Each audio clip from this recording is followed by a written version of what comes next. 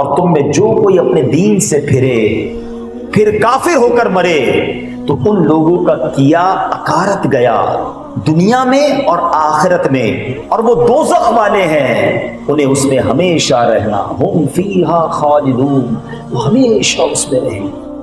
اب سوال یہ پیدا ہوتا ہے کہ بھائی میں مسلمان ہوں، کلمہ پڑھتا ہوں، مسلمان گھرانے میں پیدا ہوا، میرا نام بھی مسلمانوں والا ہے، میرا ایمان کیسے چھن سکتا ہے؟ یہ بہت بڑا پرابلم ہے، ذرا سمجھیے گا۔ دیکھیں یہ بات تو آپ جانتے ہیں کہ اسلام اس وقت دنیا کا موسٹ گروئنگ ریلیجن ہے، دنیا میں سب سے تیزی کے ساتھ پھیلنے والا جو مذہب ہے الحمدللہ وہ اسلام ہے، ٹھیک ہے؟ لیکن یہ ون وے ٹریفک نہیں ہے کہ کوئی غیر مسلم کلمہ پڑھ کر مسلمان ہو سکتا ہے تو معاذ اللہ کوئی مسلمان کوئی ایسی بات کر کے اسلام سے خارج نہیں ہو سکتا۔ یہ سمجھنا ہوگا۔ سرکار دو عالم صلی اللہ تعالی علیہ وسلم کی آپ کو میں حدیث سناتا ہوں۔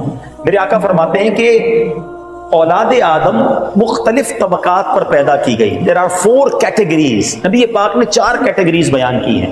حدیث پاک کا مضمون ہے بعض مومن پیدا ہوئے، حالت ایمان پر زندہ رہے، اور ایمان یعنی کہ مومن ہی مریں گے۔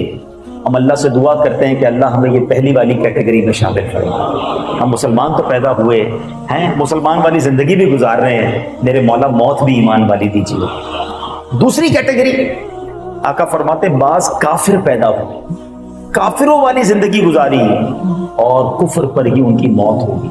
اور ایسے بھی اربوں لوگ ہیں غیر مسلموں کے گھر میں پیدا ہوتے ہیں، ادھر ہی انتقال ہو جاتا ہے۔ مگر اب تیسری کیٹیگری سنیں، نبی پاک فرماتے ہیں بعض کافر پیدا ہوئے، کافر والی زندگی گزاری مگر مومن ہو کر مریں گے۔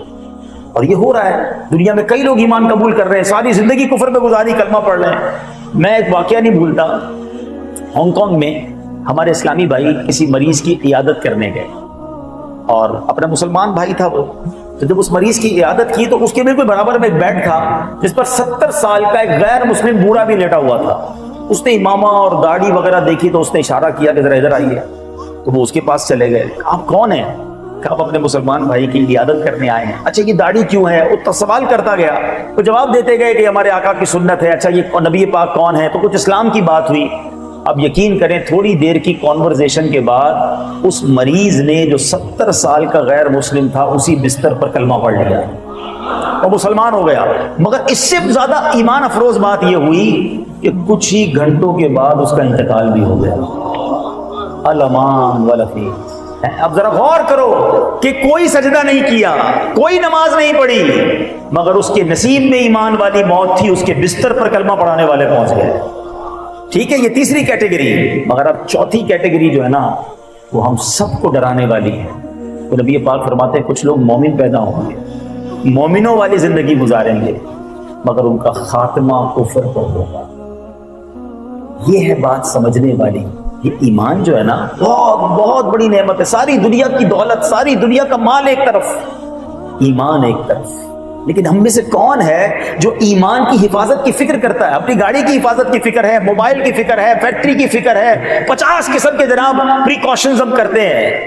ایمان کی حفاظت کے لیے کبھی بھی غور کیا؟ کبھی رات کو نیند نہ آئی ہو، خیال آیا ہو کہ یا اللہ میرا ایمان سلامت رہے؟ اچھا ابھی بھی ہو سکتا ہے کسی کے ذہن میں خیال آئے کہ یار یہ کون سی نئی بات لے کر آ گئے مولوی صاحب، ایمان کی حفاظت کی کہاں سے باتیں ہو گئیں؟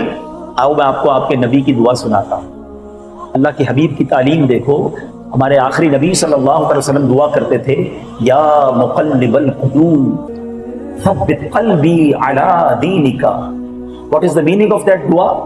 اے دلوں کو پھیرنے والے، میرے دل کو اپنے دین پر ثابت قدمی عطا فرما۔